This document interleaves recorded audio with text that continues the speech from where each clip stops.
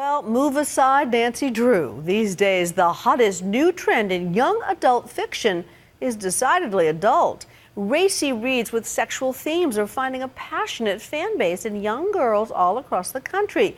But is extending the white-hot success of 50 Shades of Grey to a younger audience a good idea? ABC's Juju Chang brings us a look between the lines. Your scent. If you could put lust in a bottle, It's like a drug to me. it might look something like this. The nectar of forbidden love. Before Twilight was a blockbuster movie, it was a publishing goldmine, selling 250 million copies. And Twilight inspired E.L. James to write 50 Shades of Grey. It was a kinky juggernaut, spawning 50 Shades-themed bondage classes, doing a downward motion, and single-handedly boosting publishing.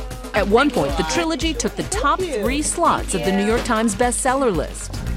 Now there's a new genre mixing erotic fiction with the young adult fan base. It's called New Adult. He cradles my head with his hand and lowers me back to the bed, climbing on top of me.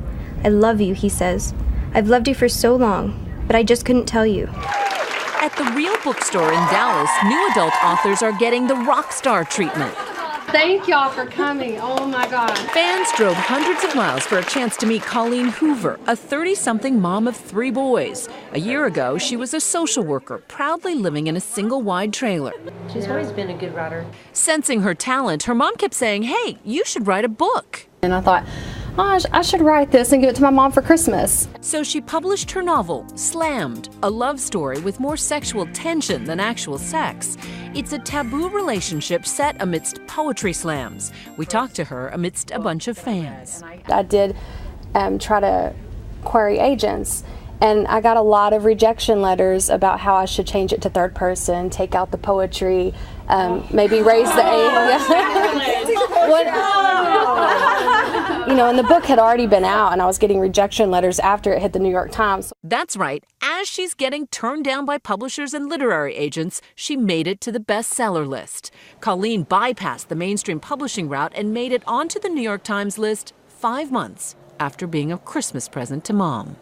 Every day, my sales would increase by 1 or 2 until eventually it hit the top 100. The demand for new adult books is boosted by its mature themes. The stories often involve young lovers finding their way in a complex world. I'm looking at you. I know you're scared. You're acting like you're not, but you are. I know you now. We've been doing this for a while. I know you now. Stop me. You don't know me. Like the hit HBO show Girls, there are plenty of high-intensity relationships with relatable characters, chock full of drama. It's a bit like a classic Harlequin romance, but set in modern times with younger characters, say in college, coming of age and often exploring their sexuality. You wrote a book about a girl who's desperate to lose her virginity. Yeah, well, and I mean, I think it's a timely subject. It's like Nancy Drew grew up and she's a little bit slutty. Just a little bit. Cora Carmack is a breakout new adult author still in her 20s. As a college student, she wrote Losing It during a 3-week break from school. And I remember thinking, if I just make $1,000, it'll be worth it. Because that's a good summer internship. Exactly. When you sell a self-published book, how much money do you make off of it? My price point was $3.99, and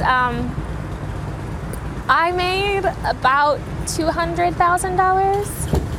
I curled up on my bed, the same bed where I'd almost had sex, the same bed where I had wanted to have sex, sort of.